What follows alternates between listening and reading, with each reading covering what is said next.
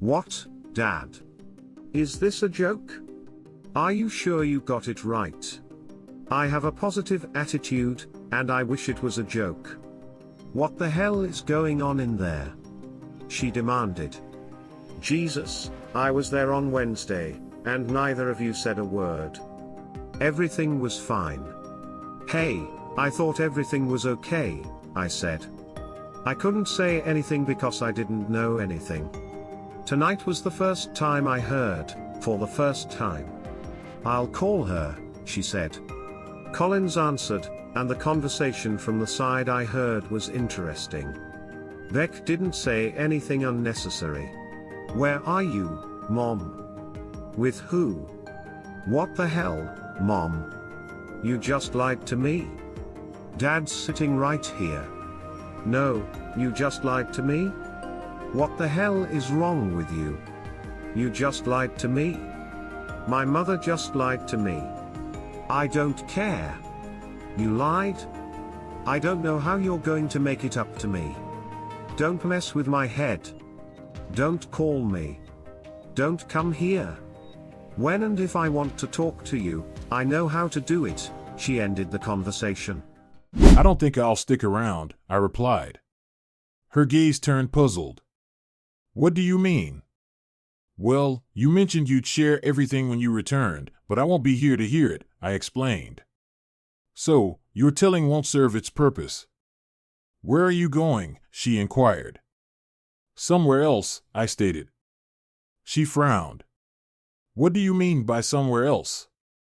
That's not your concern, I retorted.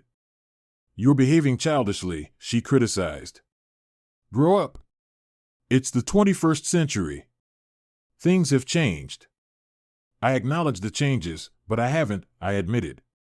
Apart from a few gray hairs, I remain the same. However, you seem to have changed significantly, and not for the better. Quite unappealing. She glanced at herself. Physically, she appeared unchanged, a real head-turner. What do you mean? She questioned. Well, there's this whole meeting someone for dinner scenario, I pointed out. It was a man, and he declined to share his identity. That seems like a change to me. Oh, that's nothing, she dismissed. I've assured you my love for you has only grown. None of this alters how I feel about you. I understand. But I can't reciprocate, I confessed. Just an hour ago, my love for you was at its peak. However, with each passing moment, it's waned, veering more towards disgust than affection. Her features took on an offended look. I knew it well. It's very disappointing, she said. That's I said. I get disappointed all the time. Yesterday, on the golf course, I expected to shoot an 85, but I made 3 putts on the 11th minute and got an 87. Now she looked confused. Why are you talking about golf? It's a very frustrating game sometimes, I said. You mentioned frustrating. I just thought I should share my own anecdote with you. It's all that came to my mind. My flipping attitude irritated her. You could tell Barnes I'm leaving in 20 minutes, she said. I think you need to take me seriously and try to understand. Oh, I take you very seriously, I said. But that's the problem, Collins. I realized you're not a very serious person. Her pride was wounded. I suspected that she considered herself a very serious person. She owned her own business, earned almost as much as I did, was educated, independent, and beautiful. Most people, I'm sure, took her seriously. I have no idea what made you say that, she said. Barnes, I'm leaving, I said. I know you don't like it, but you're going to see that nothing is going to change between us. I'm going to make you insanely happy. It's very selfish of me, but I have a rationale. I justify it to myself. You don't realize it, but once you do, everything will be the same for you. You're wrong, I said. What am I wrong about? She asked. You are mistaken that nothing will change. Everything will change. In fact, things have already changed, I told her. What's changed? She wondered. Well, you've changed. Your attitude toward me has changed. You have built illusions in your mind. That has changed. My attitude toward you has changed. Other things haven't changed yet, but they will, I said. Like what? She asked. Well, first of all, what do you think Sylvia and Beck will think about their parents getting divorced? She sighed.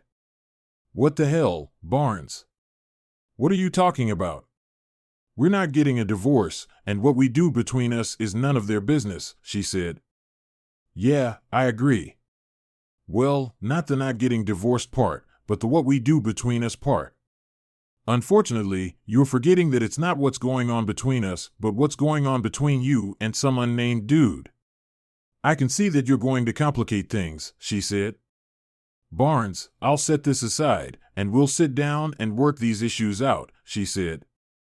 No, we won't, I said. I'm leaving.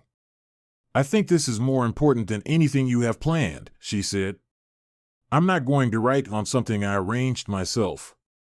I think you're going to do the same. Oh, I didn't plan anything. It just came out on its own. I just decided that a minute ago, I said. She looked like she was going to argue with me. Collins, you're too late, I told her. I don't know how late, but the moment you started thinking I was a man who would put up with your nonsense, the moment you lost respect for me as a man and a husband, it was too late. None of this is true, she practically shouted. I never lost respect for you. The problem is I don't believe you, I said.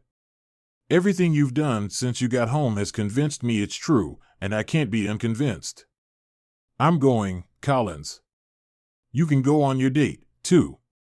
I'm done. I stepped back, grabbed my jacket, wallet, and keys, walked to the door, and started to walk out. Wait, she ran for the door as fast as she could in 4-inch heels. She didn't make it in time. I closed the door and got in the car.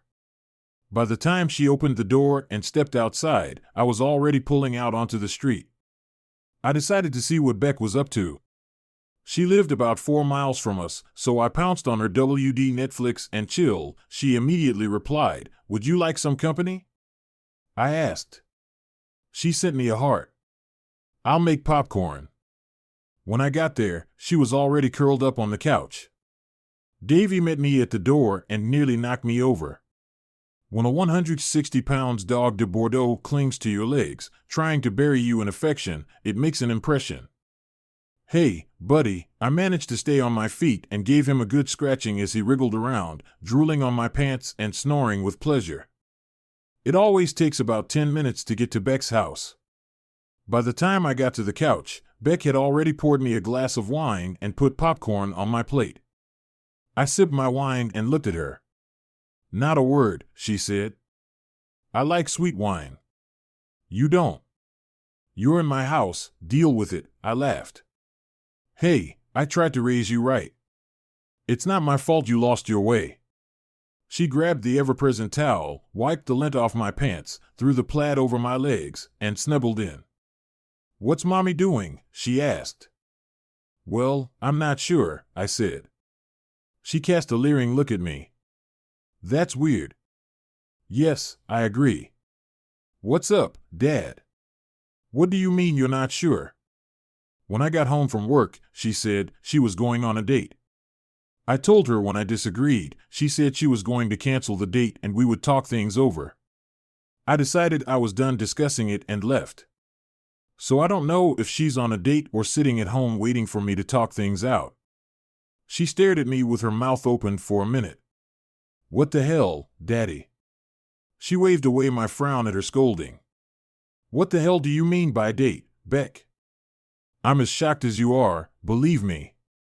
She told me she was going on a date with a man, but she didn't say who with, and she seemed to expect me to just say, "Okay, have fun." "What, Dad? Is this a joke? Are you sure you got it right?" I have a positive attitude, and I wish it was a joke. "What the hell is going on in there?" she demanded. "Jesus, I was there on Wednesday, and neither of you said a word. Everything was fine." "Hey, I thought everything was okay," I said. I couldn't say anything because I didn't know anything. Tonight was the first time I heard, for the first time. I'll call her, she said. Collins answered, and the conversation from the side I heard was interesting. Beck didn't say anything unnecessary. Where are you, Mom? With who? What the hell, Mom? You just lied to me. Dad's sitting right here. No, you just lied to me. What the hell is wrong with you? You just lied to me. My mother just lied to me. I don't care. You lied. I don't know how you're going to make it up to me. Don't mess with my head. Don't call me. Don't come here. When and if I want to talk to you, I know how to do it, she ended the conversation. We sat like that for a few minutes. I didn't know what to say. I put my arms around her and pulled her against me. I felt her warm little body start to shiver, and then she buried her face in my chest and began to sob. She lied to me, Dad. She told me she was with you at the restaurant. She lied to me. I guess you heard right, I just hugged her, and I felt like crying myself. I guessed she had gone on this date after all. I know, sweetheart. It's going to be okay. I know. Please don't cry, Beck. You're breaking my heart. How is everything going to be okay? She sat up and stared at me, her sad tears turning to angry ones. My own mother just lied to me. She's on a date, and she tried to tell me, Daddy, what are you going to do? I have no idea, I said. Beck, I'm floundering here. I came here just to chat with you, to try to get my thoughts in order. I should have thought you'd ask me. I didn't mean to. It's not your fault I asked you. She grabbed a box of tissues, wiped her eyes, and blew her nose. She looked at me, lowered herself to the floor, and lay on top of Davy. He snored, objecting to being disturbed from his nap, and after a couple of minutes, she moved over to me again, snuggling against him. Cuddling Davy always calms me down, she said. Hugging you always calms me down. I told her, you smell better than Davy, she giggled. He's a little stinky. Talk to me, Daddy. Where did this come from? What's going on between you and Mom? What are you going to do? I would love to answer these questions, but I don't know. I don't know, and I don't know. I'm shocked. For a minute, she sat in silence. We should call Sylvia, she said. She pulled out her cell phone. Hey, Syl. Where are you? Well, I need you to come here right now. No, this is very important. I'm serious right now. Okay, I'll see you later. She's at Straps, she said. Straps was a club they liked. It was about 10 minutes away. She needs to take an Uber. We ate popcorn and drank wine, talking softly about what might be going on with Collins. Sylvia showed up about 20 minutes later. She performed Davy's ritual and came over to sit on the other side of Beck. Sylvia was born 3 years earlier than Beck, and they had always been close. They did everything together. Beck was as tiny as her mother, a little blonde pixie. Sylvia was 4 inches taller, with her mother's hair and eyes, a slightly larger and darker version of her mother. She hugged us both. What happened? She asked. What's the emergency? I was at a party. Everything better be okay. Beck looked at her incredulously. That's not good. Are you high? Sylvia laughed. Well, I told you I'm at a party. I had 2 margaritas and 1 cocktail. Okay, go make some coffee, Dad, Beck ordered. This is serious, Syl. By the time I'd made coffee and Sylvia had had her second cup, Beck had told her everything he knew. She looked a little shaken. Daddy, I know there's more to the story, she said.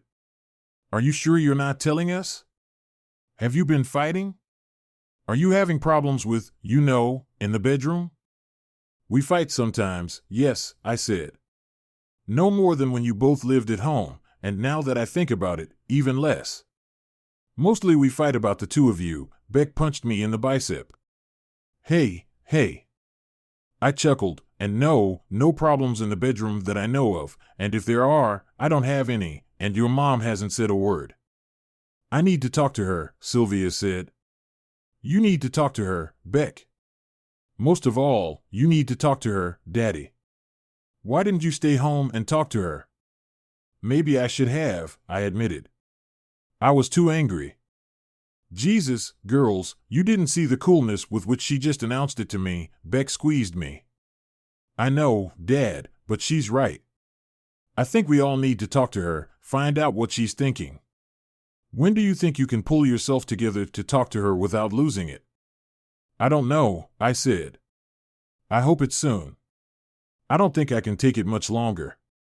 I'll go to the lake, try to relax enough to sleep, get up tomorrow, and hopefully get a grip on myself. I'll come with you, Beck announced. Now I'll get my bag and a blanket for Davy. She headed for her bedroom but stopped. Give Daddy a cigarette, she said to Sylvia. Sylvia looked at me questioningly.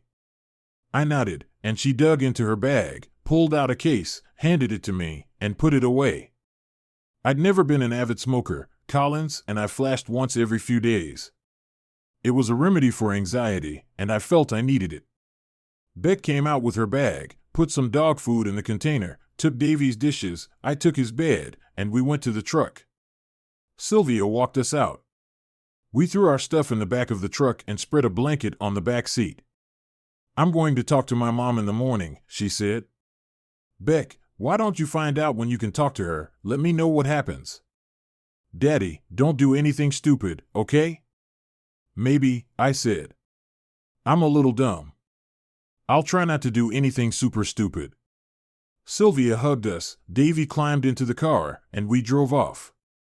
On the way, we talked for quite a while. Beck gave me the third degree, asking me about a million questions, some of which I could answer and some of which I couldn't.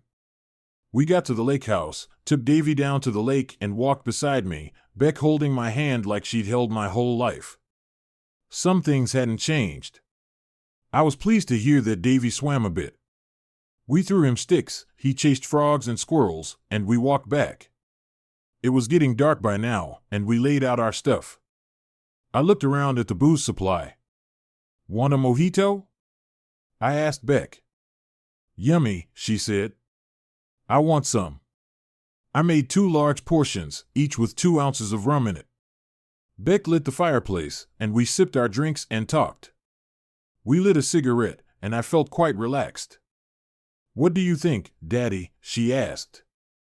I have a few options, but it all depends on your mom, I said. I have to tell you, Beck, it's all pretty messed up. I think she might tell me she's lost her mind, take everything back, and then we're left where? In therapy? Beck said. I laughed. Yeah, a magic wand. I think I'd try it. What if she's determined? She asked. In court? I guess, I said. Of course, she doesn't want it. How could she want it? I have no idea, I said. You're a lot smarter than me, Beck. You're going to be a psychologist very soon. Tell me, what would make a person do what she does? I actually have no idea, she said. I know the literature. People cheat to get revenge because they have commitment issues, are sexually attracted, find themselves in situations where they're thrown together, looking for something they're not getting from their primary partner. It's probably a combination of several factors. I'm pretty sure none of those apply to my mom.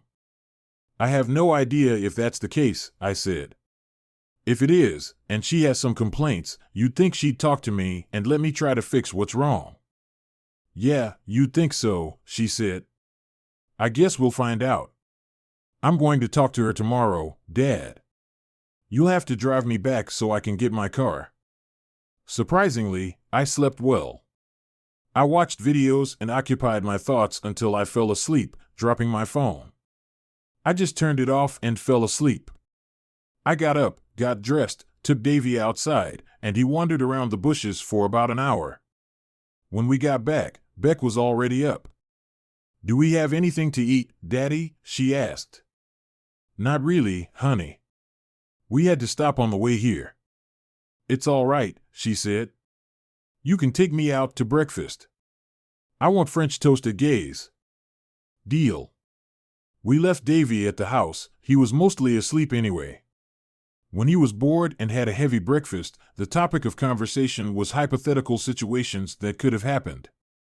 Before we decided we were bored with it, we talked about school, my job, Davy's latest antics, and how her internship was going. We went back and got our stuff and picked up B, and then I drove her back to her house. I walked back to the lake, sat in the glider on the porch, and watched the boats move around the lake. It was lonely. I missed Collins and thought about the time as we sat like this, doing nothing but enjoying being together. I missed Beck. Hell, I'd even settle for Davy as a companion. I decided to go fishing. I took the boat and fished in the cedar thickets, catching 6 nice crappie. I cleaned them and found some frozen fries to eat with them. They were delicious as always. When I decided to turn my phone back on, I got texts from both girls asking me to come over to Beck's. I got my ass there, and they were just eating pizza. Beck brought me a beer, and we sat at the bar in her kitchen while they ate. Well, I talked to her. Beck began, "Me too," Sylvia said and prompted, "I-O." "Not going to like it," Beck said. She told me she wasn't happy, not with you, of course, but with her life in general. She thinks it lacks excitement, challenge. Some jerk who owns a company she often works with is hitting on her. She likes the fact that she is being pursued, that men find her attractive. She wants to be able to go on dates.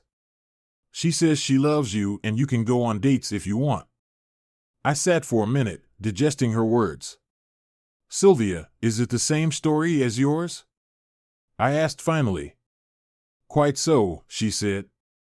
"Daddy, I don't think it will last long. She'll figure it out, and it'll be out of her system." "Damn it, you don't mind stuff like this," burst out Beck. "I didn't say I was fine with it," she defended herself.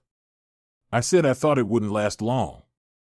She'll get over it, and things will go back to normal." I was dumbfounded. "What do you advise me to do while she comes to her senses?" I asked.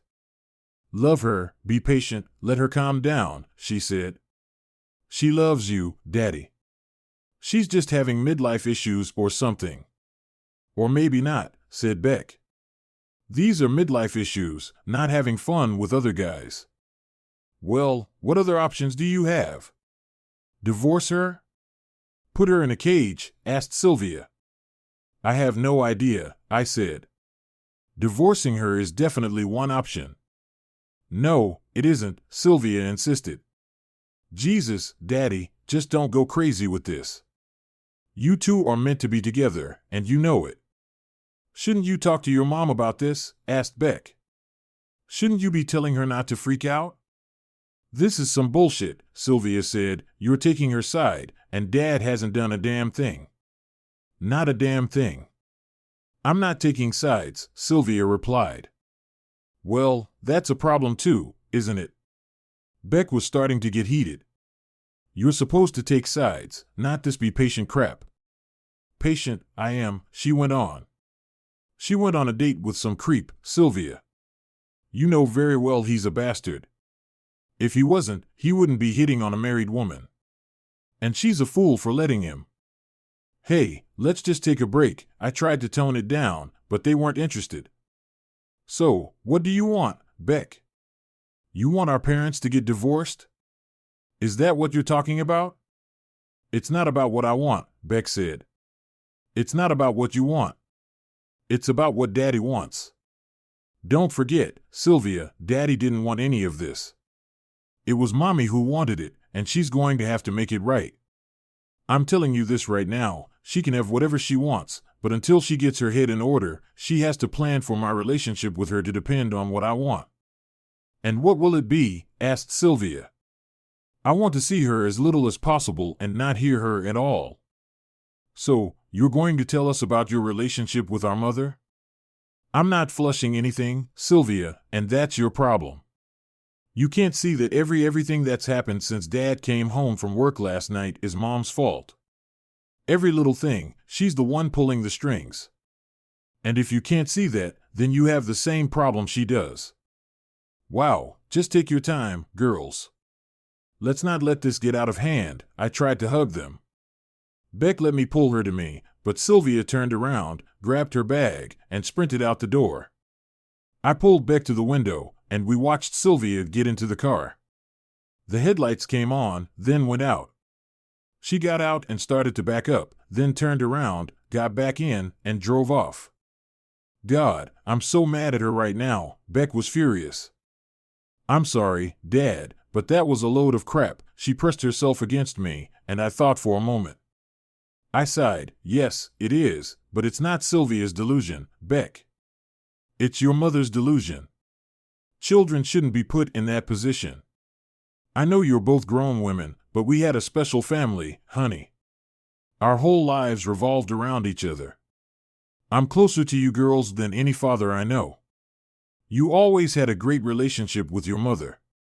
You shouldn't be in the middle of this mess, and neither should Sylvia. I'm sorry about that, Dad. It's not your fault, she said. You're right. It's Mom's fault, but Sylvia, who acts like it's no big deal and you just have to be patient, is wrong too. Just don't burn any bridges, I said. Let me talk to her. I'll try to work something out. I love you so much, Beck. I don't want you to get hurt any more than you already have, she hugged me tightly. I trust you, Daddy. I'll just wait for you and see what happens. Keep me close, okay? Always, I assured her. It was time to put the lion on my beard. I couldn't put it off, I couldn't live in uncertainty. When I pulled up to the garage, her car was parked there. I sat for a minute, trying to find a comm center, and then went inside. My stomach felt like I was about to get heartburn, so I went in and got a glass of milk to calm it down. Collins was in her office and came out when she heard me. She looked as bad as I probably did. Hi, I said. I'm glad you're okay. Beck, she looked at me intently. Collins, I'm a hell of a long way from being okay, I told her. She looked thoughtful. I know. I just wanted to keep myself safe. Do you want to talk? I nodded. Here or in the living room, she asked. Might as well be comfortable, I said. She nodded, poured herself a juice, and I grabbed a box of wheat cakes. I followed her into the living room, and we sat down on the couch. There was about a foot between us, which was unusual because she always wanted to cuddle up against us. There must have been a hostile vibe coming from me. I definitely felt hostile. I want to apologize to you, Barnes, she said. I realize I did everything wrong. Very wrong. I raised my hand. Collins, if you think mismanagement is a problem, then we're wasting our time. She looked confused. I don't understand. Let me make this as clear as possible, I said. There is no possible way that you could have coped by telling me you were going on a date. That would have mitigated the fact that you were planning to go on a date. Do you understand that? I understand what you mean, but you don't understand what I mean, she said. Okay, you've heard me out, so go ahead, make me understand. By manage, I mean that I should have taken the time to explain what I was doing so that the very fact that I was doing it would be tolerable to you. I'm afraid you'd have to be a bloody wizard to do that, I said. You suddenly discovered you have magical powers? She smiled. Not quite magic, but almost, she said. I spread my hands apart. You have the floor, Miss R. I just want you to think about it, Barnes. How old are we? I'm 48, and you're ancient, 49, I said. She laughed. Yes, and I can feel each of those years. Not in the physical sense. I think we're both in better shape now than we've ever been, and physically, I feel 25. It's mental, emotionally. Remember when we were 25, Barnes? Yes, I remember everything, I said. Me too. I remember feeling vital, alive, like life was full of endless possibilities. Like there was nothing we couldn't accomplish. Everything sparkled, we were bright, colors were primary, love was a new discovery every day. Do you remember? Yes, I said. Think about our lives now, she said. I know every step of the way. We get up on Sunday to start the week. We can go to church or sleep in. We can make love, we can spend the day making dinner, you can watch soccer, and we can pick a movie. All of these things we've done 1,000 times. Okay, you're right about that, I said. On Monday, we get up and go to work. We come home and do the same thing we've done 1,000 times. Days merge into weeks, weeks into years, years into decades. I feel like we're just doing all the activities. I understand all that, I said. I think the difference is that I like doing the things we've done 1,000 times already. I want to do them 1,000 more times. That's why we keep doing them, because we like them. If we didn't like them, we'd be doing other things. That's exactly my point, she said. I love doing what we do too. I want to supplement that, do something new, bring back some of the joy of being surprised by life. I want to keep growing, keep exploring new areas. I see. What makes you think I don't want to do something new? Apparently, you think we can't do any of these things together, she said. I think we could do them together, she said. I told you I'm going on a date, and when I get home, I'll tell you all about it, share my experiences with you. You could do that too, Barnes. I think your idea of together and my idea of it are quite different, she frowned. What do you mean? Let me be very clear. When I say together, I mean you and me. As soon as you introduce someone else, the together test is failed, she thought for a moment. How long has it been since you've spent time alone with a woman other than me? Well, I assume you mean other than the girls or other family members. I think that would be 6 months. Remember when we went to Kansas City with Amber? We met with the telecommunications representatives, she nodded. I know Amber pretty well. Tell me, Barnes, is there any tension between you two? Not that I know of, I said. I mean, I know she's a woman, she's gorgeous, you know that, but I'm married, 10 years older than she is, and we don't flirt, if that's what you mean. We have a very good working business relationship, we're friends, and I'm not trying to be anything else. Well, you said it yourself, she's gorgeous, she's single, Barnes. What if you took her out to dinner, and then the two of you decided to try the nightlife, went to a club, danced together? Wouldn't that be exciting, holding all that beauty in your arms? Wouldn't that get your motor running? Maybe that's why I don't, I said. Why not? She asked. Because I'm married to you, I told her. I don't put myself in a situation where my motor is running for anyone but you. And if I was okay with it, she asked. It doesn't matter, I said. It wouldn't suit me, she sighed. I'd be okay with that. Maybe 10 years ago, I wouldn't have done that. I'm more mature now. I'd put up with it, and I think you should put up with me doing the same. That's the thing I told her. No, that's not what I signed up for, Collins. You promised me. I promised you if you want to leave, that's fine. Well, it's not great, but it is what it is. If you're determined, I can't stop you. I only control myself. I don't want to leave, she said. I want to be more free. I want to be spontaneous, see adventures, and go on them, but not leave the house. You're going to do it regardless of how I feel about it, she said again. I don't know, Barnes. I'm inclined to say yes. The fact that you think that you have it all mapped out in your head, that you can talk about it so fluently, tells me a lot, I told her. You haven't been communicating with me, you've been hiding it from me for a while. What else have you been hiding? And then there's your little stunt on Friday night. I'm sorry, I shouldn't have done that. I was mad at you for leaving when I wanted to talk about it. That's nonsense, Collins. It's an outright lie. You planned this long before Friday, and we were going to go before you even mentioned it to me. Speaking of lies, you also lied to Beck. I guess you're pretty good at that. I spat out my anger and bitterness. I told you I'd cancel, and we could talk the rest of the day. She safely dodged. Screw that. I've had enough of the chit-chat, okay? You had your chance at management. I said. My position hasn't changed. It's not about finding the right way to lay hands on me. There's no way to do it right. What matters is that you did it, that you plan to do more of it, and that you want to do it. That's all that matters. I don't control you, but I do control me. I'll just get my stuff together and leave you to it. What the hell, Barnes? That's not what I want, she protested. I'm not doing it, but you'll want to, I said. Right now, I have zero trust in you. You've already more or less told me that you think I'm boring, that you need excitement in your life, primary colors, and all that.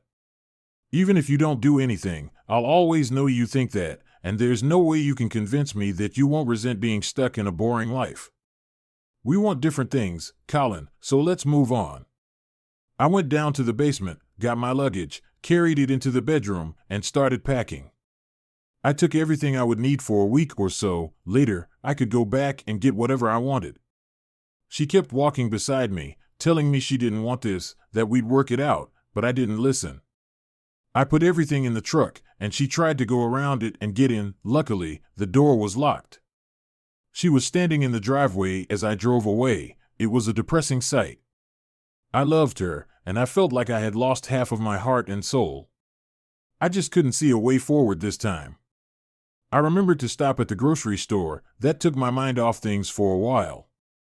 A trip to the lake brought it all back with renewed vigor. I turned on a podcast, but by the time I arrived, I had no idea what it was about. I took my stuff into the house and set it down. In a daze, it occurred to me that I should talk to the girls, but I was mentally and emotionally exhausted. I just didn't have the energy. As it turned out, I still had to look for him. I had been sitting there for about an hour when my phone rang. I looked. It was Sylvia. I had some business to attend to. "Hi, honey," I said. "Where are you, Daddy?" she asked. "I'm at the lake," I said. "Where are you?" "I'm at your house," she said. "My mom called me and asked me to come over." I got a call notification. It was Beck. "Hold on a minute, it's Beck calling," I said. I answered and said I would call her back. "Beck, I was on the phone with Sylvia. She's fine with that," I said, and I called Sylvia back. "Hey," I told her I'd call her back. "I'm glad you're there." "With your mom." "Dad, you should be here with her, not me," Sylvia said in total distress. "I know about that," I said. "Sylvia, this is a difficult conversation. Are you sure you want to talk about it over the phone?" She was quiet for a minute. "No, I guess not." "Are you coming back?" "No, I'm not going to, honey. I'll explain all this when I see you, okay?" "No, it's not good, but I guess it is what it is," she said. "Daddy, I have to work. I can't stay here. I'll stay tonight, but I'm really busy at work. I don't know what's going to happen tomorrow." "Your mom works too," I said. "That's not your concern, Sylvia. You do what you need to do." "Your mom and I are adults," she snorted, and I could tell she was very upset. "I'm so sorry, Sylvia. I know this is hard for you. I love you, though. You're my first child, and you'll always be special to me," she gasped as she replied, "I love you too, Daddy. Bye." I pulled myself together and called back.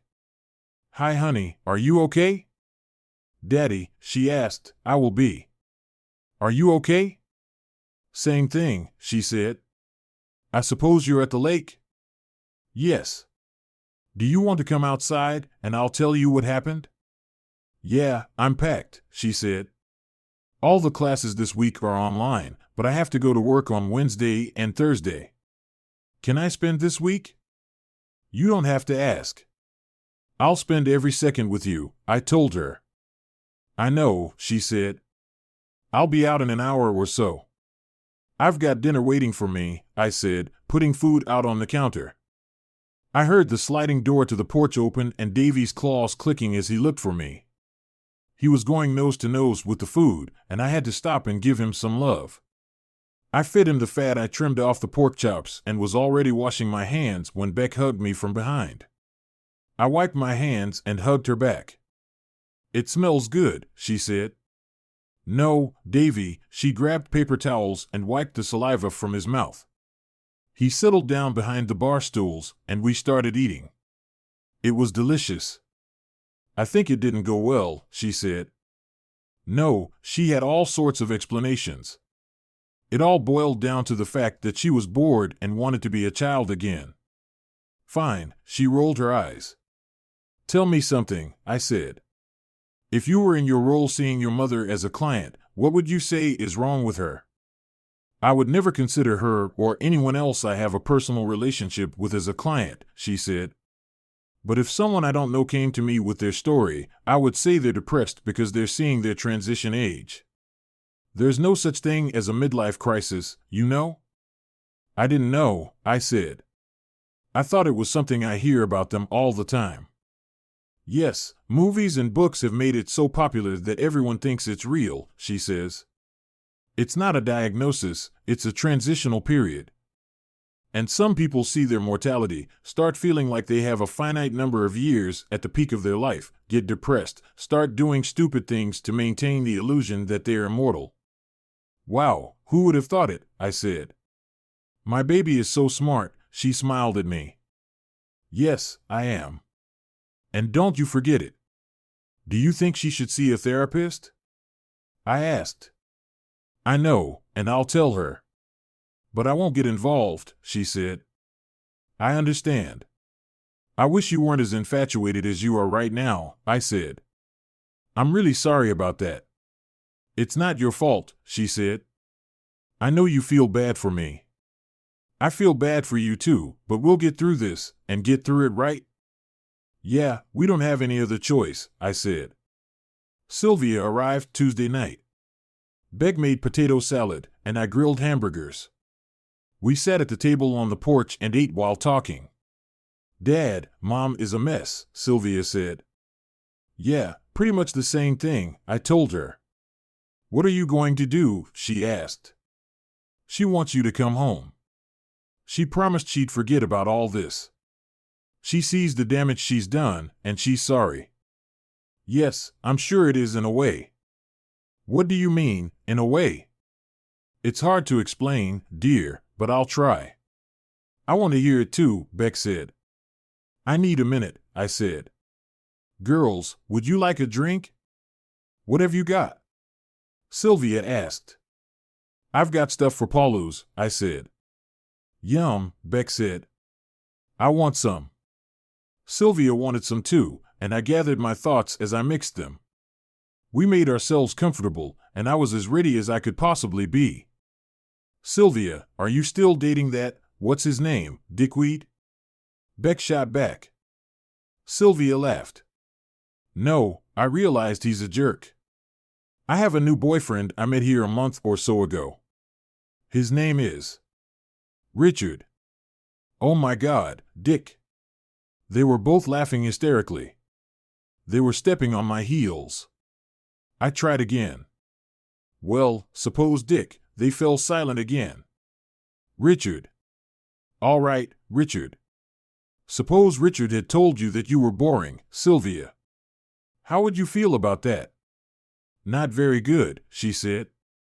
"I'm not boring." "No, it isn't, but it seems to him that it is." "What can you say? Can you argue with what someone feels?" "I don't know exactly what you mean," she said. "Well, Beck, you don't like raisins, Sylvia, you don't like coconut. That's how you feel. Would you feel differently if I told you that you like girls?" "No," Beck said, "and I kind of see where you're going with this. Did Mom really tell you that you're boring, in those words?" "No, I can't quote her exactly. I remember some of the words she said, a bunch of ship nonsense, crap," Beck said. "We adults," Dad said. "I don't want to shock you, but I'm cussing a little." "What's your favorite word?" Beck giggled madly. "Stop it, you two," I admonished them, which made them burst into laughter. She asked me if I remembered what we were like when we were 25, what it was like for you girls. She had all these glowing words about how great it was, how exciting our lives were, how everything was new and bright. She said she felt like we were stuck in a rut, doing the same thing over and over and over again, and she wanted to bring that excitement back. Can you feel it? Dad asked Beck. Probably a little, I said. I know I'm not 25 anymore. I told her I like what we do, otherwise, I'd be doing other things. I don't see anything wrong with that, said Sylvia. What did she say she wanted to do different things? I replied. The problem is, she doesn't want to do different things with me, she wants to do them with other men. She likes to be wooed, she likes to feel that men want her, so she's going to date them, and if things work out, do things with them. Oh my God, Beck said. How do I handle this? I asked them. Can I tell her she's wrong? She feels the way she feels, and you can't argue with feelings. Will all the excitement and energy she says she lacks show up like magic? No, it's not, Beck said. Honey, think about it, I said. Do you really believe that it hit her on Friday that she suddenly had an epiphany and arranged to go out with some guy on Friday? No, she said. What are you getting at? I'm telling you, she's been thinking about it for a long time, I said. Has she said anything to me? She hasn't said a word, do you understand? I know, Beck said. Me too, Sylvia added. Dad, if she goes to a therapist, gets counseling, changes her mind about how she feels, do you think you can work it out? I shook my head. Sylvia, she thought she could get around me. She could have just announced she was going on a date, and I would have been fine with it. Do you realize how disrespectful that is? She sank into the chair. Yes, I know, Dad. I'm really sorry. What if she was sorry? Do you think that's true? I asked. She said she was sorry she hadn't been able to tell me better, not that she was sorry she was doing it. I'm going to talk to her, Sylvia said. Beck, will you help me? If I get her consent, will you give her a referral to a good therapist? I will, Beck said. If she asks for help, I'll be there for her. Syl, I won't interfere in her life unless she asks for it herself. She has to want it herself, not be forced to accept help. Sylvia left very unhappy. I didn't like it, but she hugged us and said she loved us and would always come back. Beck had indeed maintained a somewhat cold relationship with Collins, but as the weeks passed, she rarely mentioned her. I received regular detailed reports from Sylvia. Collins dismissed all thoughts of therapy, although she did mention that she wouldn't mind counseling with the couple. I asked Beck what she thought about it, and she decided it was futile. She felt that unless the underlying causes of Collins's dissatisfaction were addressed, all counseling would accomplish was masking her feelings or trying to reconcile me into agreeing to what she wanted. Are you ready to do this? Asked Beck. No, I'm not interested in other women, and even less interested in sharing her with other men, I said. Sylvia was there, and she asked an interesting question. Are you sure, Daddy? What if you think of it as a little vacation from marriage and get involved with hot chicks for a while? Once Mom gets rid of her glitch, you can get back to normal. May I? I asked. What if in 2 years or 5 or 10, she feels bored again? Besides, I don't know any hot chicks to sleep with, even if I wanted to, and I don't. Don't you see any hot chicks waiting outside? Maybe I should go check it out. They both laughed. Unless you work with them or they're burglars and break in, you don't meet any, Beck said. You look very well for your years, Papa, said Sylvia. If you were looking, I doubt you'd have any trouble. I'm not interested. I said no, Sylvia. I just can't. I don't have it in me. Are you disappointed? In a way, yes, she said. I hate it when you and Mom aren't together. On the other hand, I have to respect you. You know yourself, you have morals, and you stick to them. Thank you for that. After 2 months with no noticeable change, I got fed up. I filed for divorce. I got a call right away. This has gone too far, Barnes, Collins said over the phone. Are you divorcing me? You have no reason to. What are you going to tell the judge? I don't have to tell him anything, I said. That's the definition of a no-fault divorce. What do you tell other people? She asked. We had a disagreement, and you divorced me. I won't tell them anything. It's none of their business. I'll be there, she said. We need to talk about this before it's too late. Do you want me to make dinner Friday night? I asked. Yes, that would be perfect, she said. I was putting the finishing touches on dinner when I heard the door open. I felt a little bad that she had just walked in. Sure, we both owned the lake house, but I didn't go back to our house in town and go in when she was there. I stopped by to get my stuff when she was at work, but nothing more than that. Oh well. She looked as good as ever.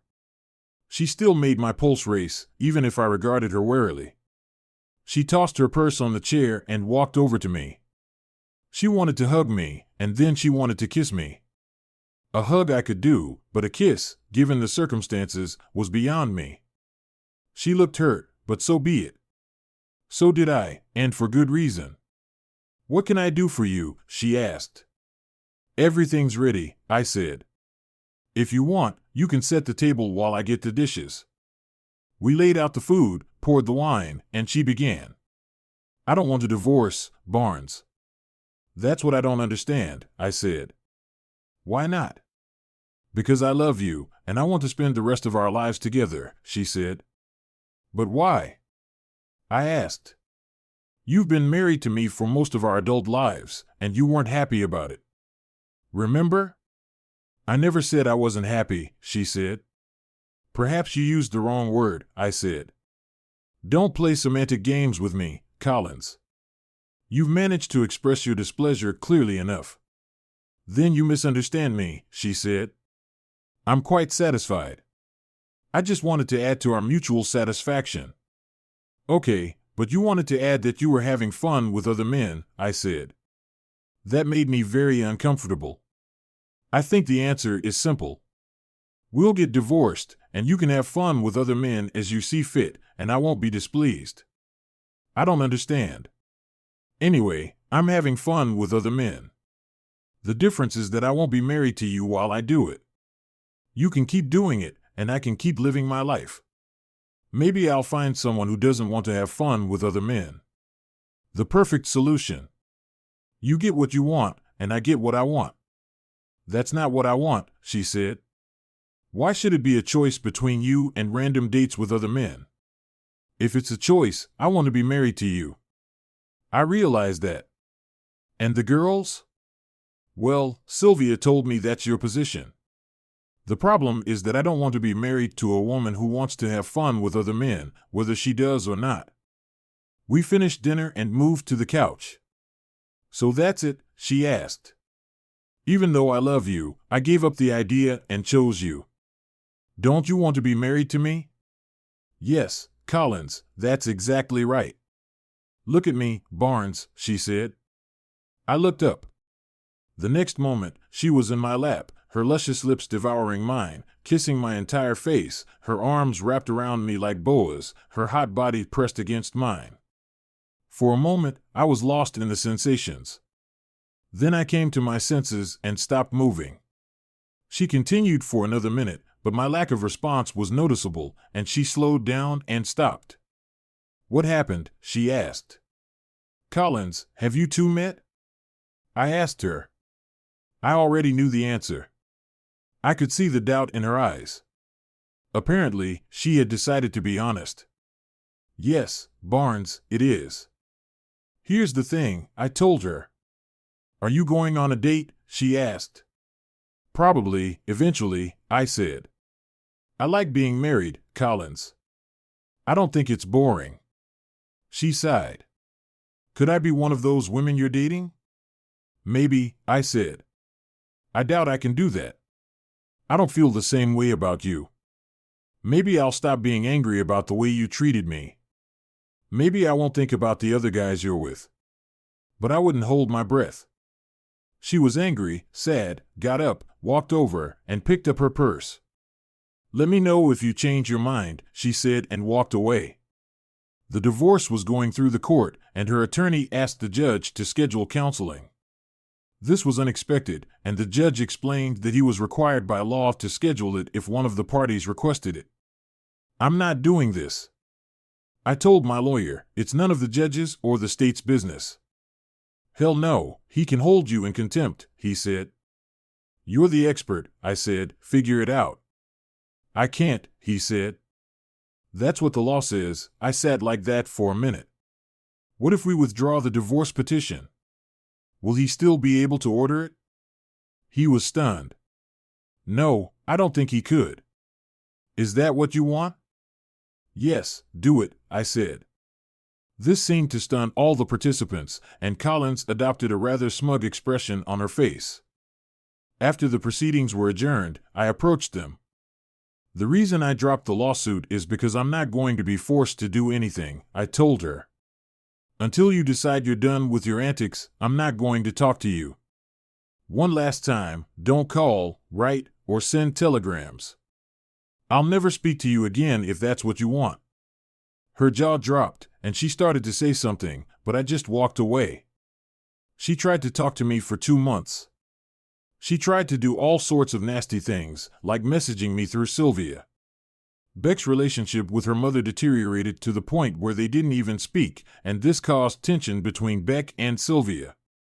She tried to come to the lake house 3 times, but I had the good sense to change the locks and lock all the doors. I just ignored her. One time she even came to my work, and I had to kick her out. After 2 months, she gave up and told Sylvia that she would no longer seek counseling. If I wanted to sue, we did. So, we went to the same judge, and the divorce was uncontested. I could see he wasn't happy about it, but it was settled between the 2 of us, and he couldn't order it. She kept the house in town, and I got the house on the lake. It was what I wanted. At any rate, the property was equitably distributed. She kept her business, and I kept mine. There was no spousal support, and we both kept our pensions. The usual divorce proceedings, boring, tedious, and annoying. I started buying businesses. It didn't take long, and my retirement began. I fished, learned to water ski, and the girls and I practically lived on the boat all summer. By the time October rolled around, I was ready. I applied for a visa to become a resident of Mexico. I could be there for 180 days just as a tourist and decided that by then, I would have a clear idea of what I wanted to do. I winterized the house, swapped my half-ton Chevy for a diesel-powered F-350, bought an Eagle Cap Luxury 1200 camper, hooked up the boat, and headed south. Lake Barak and Inoa, Mexico was to be my new home for the next 180 days. Both girls were a little disgruntled with me, but they would get used to it.